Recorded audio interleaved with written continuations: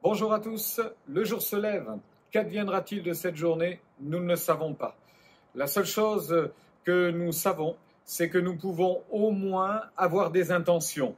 L'intention d'être agréable à Dieu, l'intention de garder son cœur pur dans la paix, l'intention de faire connaître autour de nous la belle espérance que nous avons en Jésus-Christ.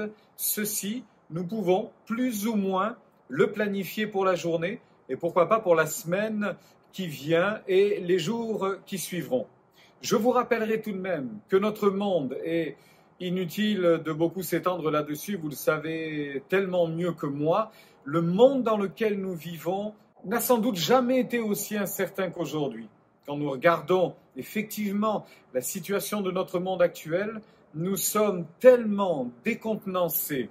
Il est difficile de comprendre où va le monde, qu'est-ce qui pourra arriver demain. Le conflit au Proche-Orient nous rappelle que, évidemment, c'est loin, mais c'est proche à la fois. C'est bien le Proche-Orient, c'est pas si loin que cela. Et nous réalisons que ce qui se joue là-bas a des retentissements ici de toutes les manières.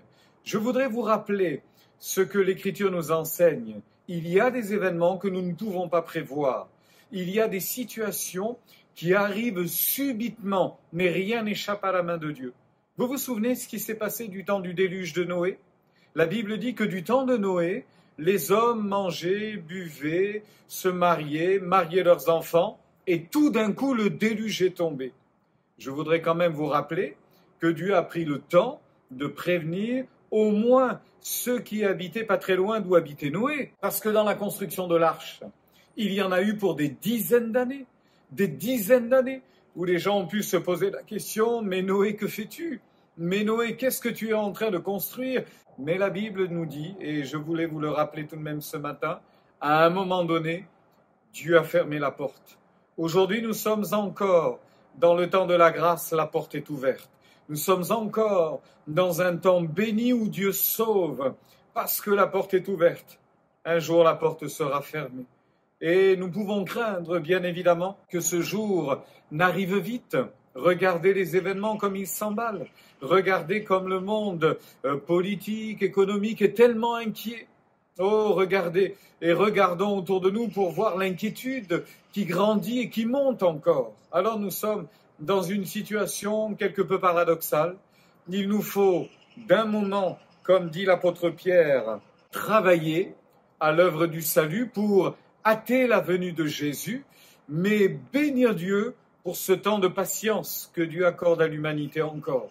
D'un côté, par notre vie, par notre témoignage, par nos actions, nous disons au Seigneur, s'il te plaît, viens bientôt, mets un terme à ces tragédies. Et d'un autre côté, nous disons, Seigneur, s'il te plaît, encore un peu de temps pour le salut de ceux que nous aimons, encore un peu de temps pour la guérison de ceux qui souffrent, encore un peu de temps pour une prise de conscience de ceux qui ne réalisent pas que sans toi, ils courent à leur perte et à une éternité séparée de la grâce et de la bonté divine. Oh Seigneur, use de miséricorde et sauve en grand nombre encore. Alors, que le Seigneur vous accorde sa grâce et qu'il vous permette, comme dit l'Écriture, de réaliser que le Seigneur ne tarde pas dans l'accomplissement de sa promesse. Il use de miséricorde. Il est seulement tellement patient à notre égard, parce qu'il ne veut pas qu'un seul ne périsse, mais il veut au contraire que tous parviennent à la repentance, à changer de vie, à une vie différente, à une vie meilleure. Que la bonté de Dieu vous accompagne. Et derrière moi, ce jour qui se lève nous rappelle que le jour s'est levé il y a plus de 2000 ans de cela, pour le salut de l'humanité au travers de la mort de Jésus au calvaire. Tout a été accompli. Réjouissons-nous de ce message qui délivre et sauve encore aujourd'hui. Et travaillons à cette belle œuvre du témoignage et rendons grâce à Dieu pour ce temps de patience. Mais prions encore afin que ces temps soient abrégés, que la souffrance sur la terre soit abrégée et que Jésus revienne. Maranatha, viens Seigneur Jésus, c'est notre prière. Bonne journée bénie.